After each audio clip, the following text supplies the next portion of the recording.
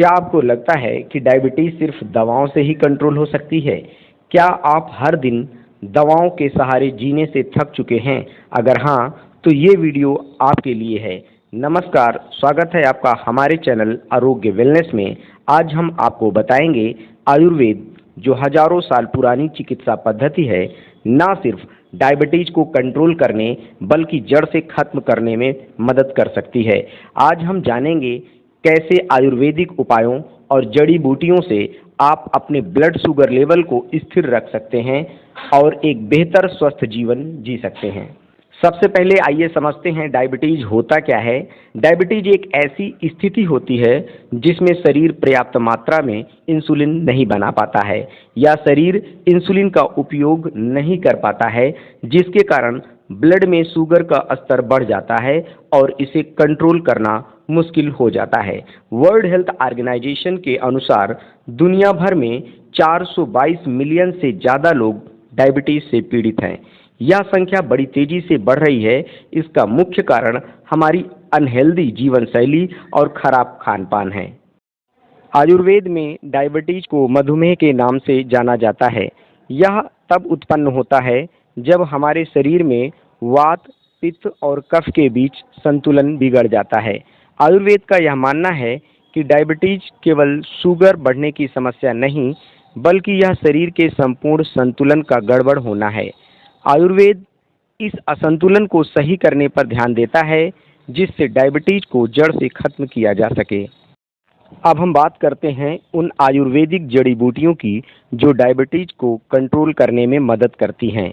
कई रिसर्च और अध्ययनों से ये साबित हुआ है कि ये जड़ी बूटियाँ ब्लड शुगर लेवल को स्थिर रखने में मददगार हैं। जामुन के बीजों को डायबिटीज के लिए बहुत फायदेमंद माना जाता है।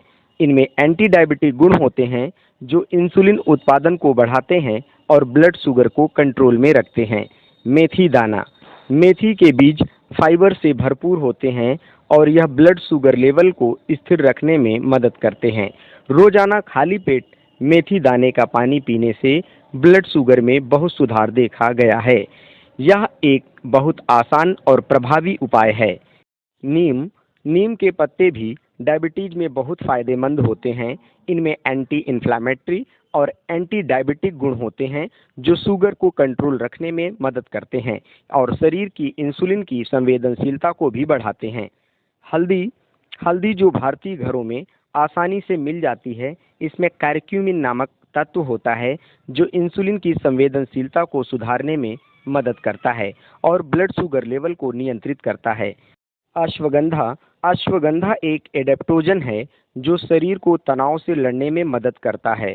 तनाव डायबिटीज बढ़ने का एक बड़ा कारण हो सकता है और अश्वगंधा शरीर को संतुलित करने और तनाव को कम करने में मदद करता है।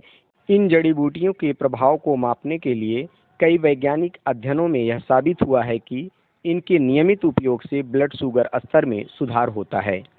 आयुर्वेद में सिर्फ जड़ी बूटियों का ही महत्व नहीं, बल्कि सही जीवन शैली और आहार भी बहुत जरूरी है। जब हम अपनी जीवन शैली में बदलाव करते हैं तो हमारा शरीर धीरे धीरे स्वाभाविक रूप से ठीक होने लगता है। आयुर्वेद के अनुसार हमें संतुलित और सादा आहार लेना चाहिए। तली भुनी और ज़्यादा मीठी चीज़ों से बचना चाहिए। जौ, गेहूँ, हरी सब्जियां और दालों का सेवन करना चाहिए। इससे शरीर में ऊर्जा बनी रहती है और ब्लड शुगर लेवल भी कंट्रोल में रहता है। योग और प्राणायाम डायबिटीज को कंट्रोल करने के लिए योग और प्राणायाम भी बेहद महत्वपूर्ण हैं। ये न केवल ब्लड शुगर को कंट्रोल करते हैं, बल्कि शरीर को स्वस्थ और फिट भी रखते हैं।